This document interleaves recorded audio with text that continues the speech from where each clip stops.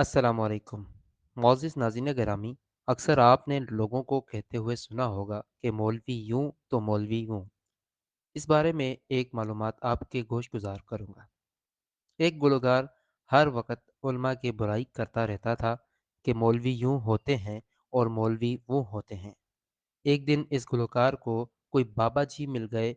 ये हस्ब आदत शुरू हो गया और मौलवियों की बुराई करने लगा। बाबा जी खामोशी से सुनते रहे और मुस्कुराते रहे। जब ये बोल बोल कर थक गया तो बाबा जी ने फरमाया, भाई तेरा गुलकारों के बारे में क्या ख्याल है? कहने लगा, गुलकार तो बहुत अजीम होते हैं, अपने गीत से लोगों को खुशी और सुकून पहुंचाते हैं। बाबा जी ने फौरन कागज़ का एक टुकड़ा निकाला और उसके सामने रख कर फरमाया, बेटा इस पर लिख के दो कि जब मैं मरूं तो मेरा जनाजा मौलवी नहीं किसी गुलकार से पढ़वाया जाए। ये सुनते ही वो हवास बाख्ता हो गया और कहने लगा, नहीं, ये तो मुमकिन नहीं।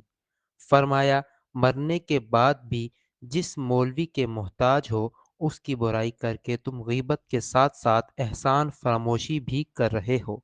कहते हैं कि गवैये को बाबा जी की ये बात ऐसी समझ आई कि उसके बाद दीन का इल्म हासिल करने लगा और बहुत बड़ा आलिम दीन बन गया।